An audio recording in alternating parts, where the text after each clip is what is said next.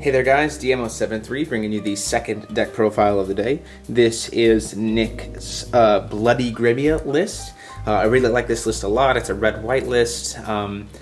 Very different take on Grimmia than we've done in the past. And he's really worked hard on this list, and I think it's really well polished. So I'm just going to go ahead and dig right in. Obviously, Pandora, the Weaver of Myth, is our J ruler. J activate of pay 5 if your life is 4,000 or less. Pay 4 light if your life is 3,000 or less. If your life is 2,000 or less, you pay 2. And if your life is down to 1,000 or less, you pay 0 to J activate.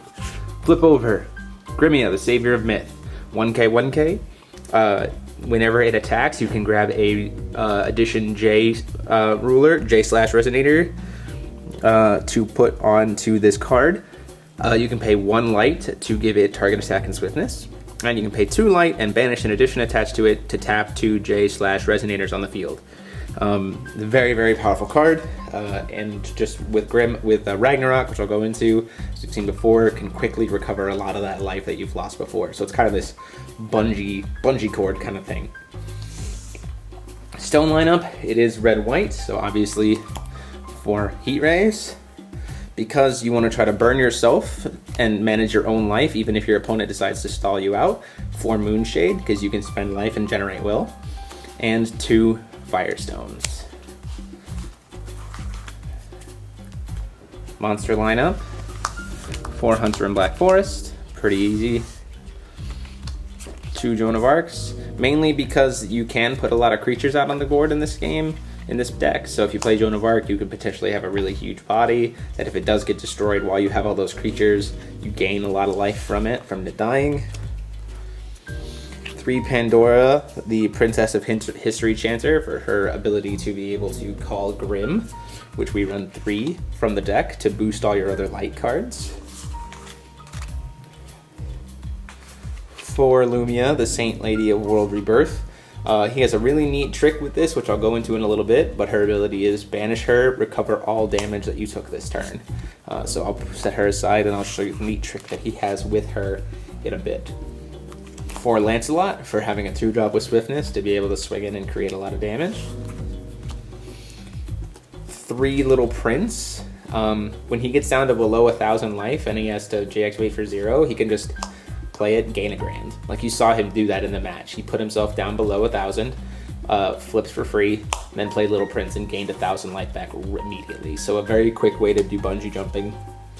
And then an Eye the Pilot, just to be able to tap something down and potentially gain even more life if you're loaded with Little Princes. Spell lineup, we do run 3 Regalia, 3 Laevateinn, the Demon Sword, to be able to give this is to be able to give Grimmia swiftness without having to pay that light. So if there's something that's tapped or something like that, you can play Laevateinn without having to spend the extra light. Suddenly Grimmia has swiftness. And a way to give Grimmia imperishable as well. 4 Thunders to burn, and because it's a red deck, so 4 Thunders is pretty staple. For the J/Resonator edition, we use Ragnarok so that we can gain life and make Grimmia 15/15. So you can make it so that when Grimmia kills something or does damage to something, you could just you banish it, you remove it from the game and gain that much life anyway. So again, part of that bungee jumping. 2 Ame-no-Habakiri to be able to throw onto one of your other Resonators and just put a lot of damage on board very quickly. And then 3 Split Heaven and Earth. Now, a lot of people are saying that Split Heaven and Earth isn't as good right now because many people were playing 2-colored decks. That's fine. Sometimes, as you saw in our match, Split Heaven and Earth works great. Your opponent isn't expecting it.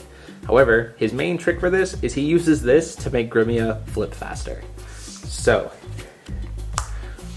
he burns himself for a certain amount of damage intentionally with Split Heaven and Earth, keeping himself outside of Thunder range, but at a point where he's still able to flip for pretty cheap. Then he can flip at that lower cost. Then he can banish this, the Lumia Saint Lady of Healing, and recover all of that damage from Split Heaven. So essentially, for the cost of 4 or 2, based on when he played the Saint Lady, he can essentially J-activate for free and then immediately recuperate all of that damage and be able to just have that cheap J-ruler on board ready to rock some face. Very, very cool deck idea. It works very, very well, and I'm pretty impressed by just how smoothly this deck operates. So anyway, guys, that is Nick's Grimmia Bloody Grimmia list. Go ahead and like, comment, and subscribe. Let me know what you thought of the deck, what you do differently. And please go ahead and check out the Roller School Playmat Kickstarter. It really helps to go support the channel, and it gets you some sweet swag in the process. Helps you stand out as someone who supported the future of this channel. Links down in the description, as well as in an annotation on the screen. And until next time, guys, this is the Amo73 signing off.